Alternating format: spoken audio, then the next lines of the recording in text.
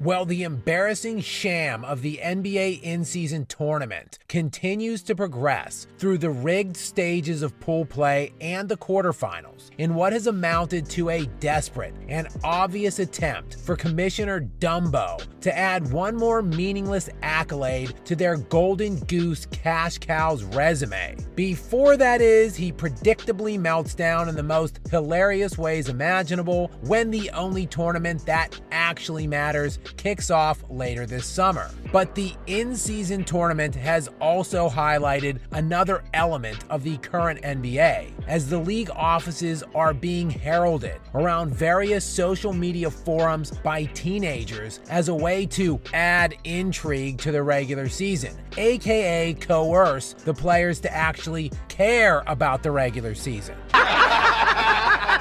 But what if I were to tell you that there was a time when players just did care about the regular season? What? I know, crazy, right? And it's called every era but this one. And salaries continue to soar to unimaginable heights amid an era where many of the players can't even be bothered to play 60-something games. With load management and player empowerment now a fixture in a game where the majority of its pampered stars care more about personal celebrity and their social media brands than actually being bothered to compete. Is it any wonder those of us who were around before this current abomination still cling to the past generations? It's because, yes, they were better. And this isn't some hot take. It's not some crotchety old guy sitting on his porch yelling at the neighborhood kids to get off his lawn. What the hell is this?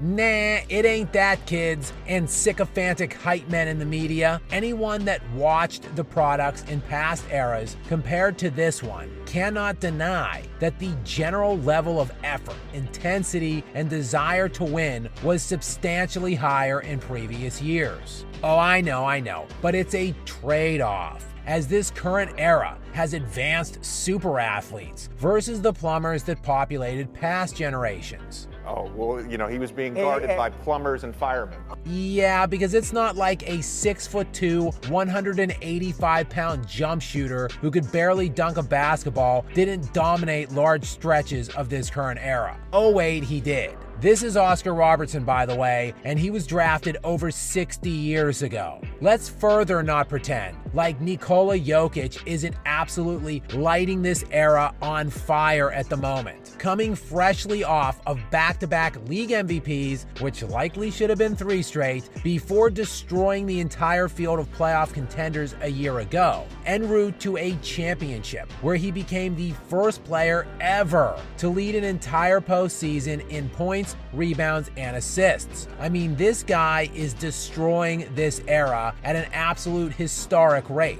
A year after that aforementioned playoff run, where he led the league in points, rebounds, and assists, he's top 3 in all 3 of those categories a quarter of the way through this regular season. And all of that as he is lapping the field in every advanced metric. So why was this guy selected 60th in his own draft during a freaking Taco Bell commercial? Oh, because his major weakness was none other than athleticism. This is Michael Jordan, by the way, and he was drafted 40 years ago. But if this current crop of players has been proving anything, it's that these advanced super athletes don't fare as well as you would think. Because, as is typically the case, as evidenced by this generation's poster child, things are generally lacking between the ears. Today, we often hear about talent, athleticism, and the physical gifts of players now as compared to players in past generations. While this premise of the alpha and killer mentality is routinely dismissed as old head speculation or nostalgia for other eras. But it isn't. And while it is not quantifiable, it is tangible.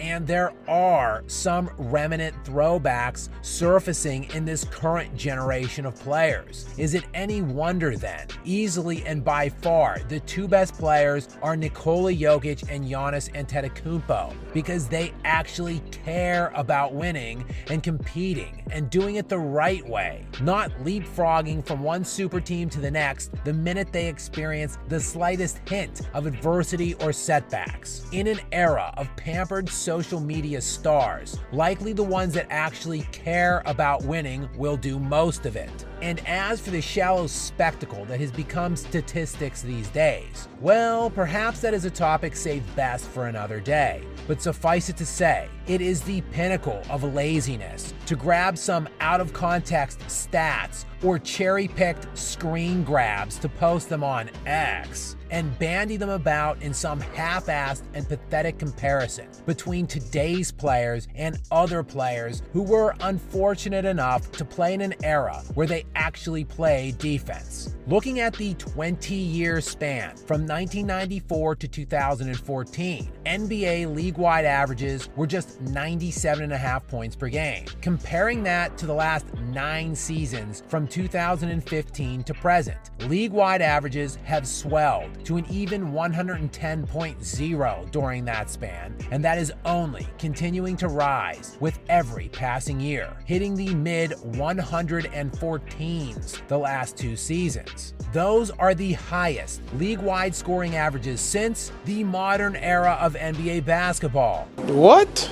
Yes, you heard that right.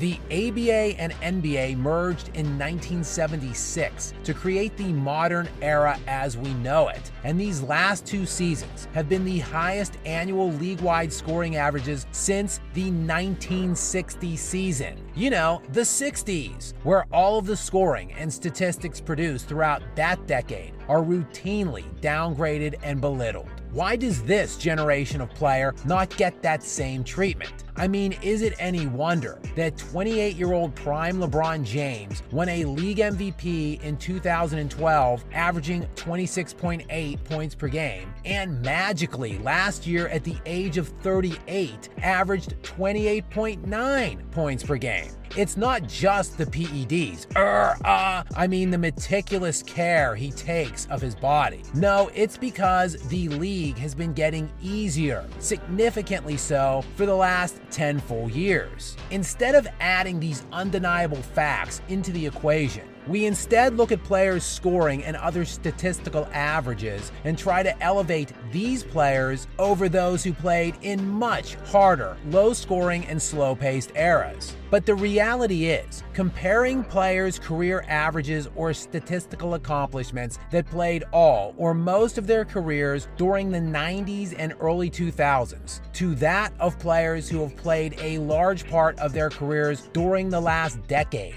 is as pathetic as it is hilarious. And ultimately, the NBA product as a whole has been in the toilet the last decade or so. It's garbage! Where we go from here seems to be in the hands of a few seemingly capable ambassadors, but there is simply no denying that what we have seen since around the 2011 season has constituted the worst era in NBA history.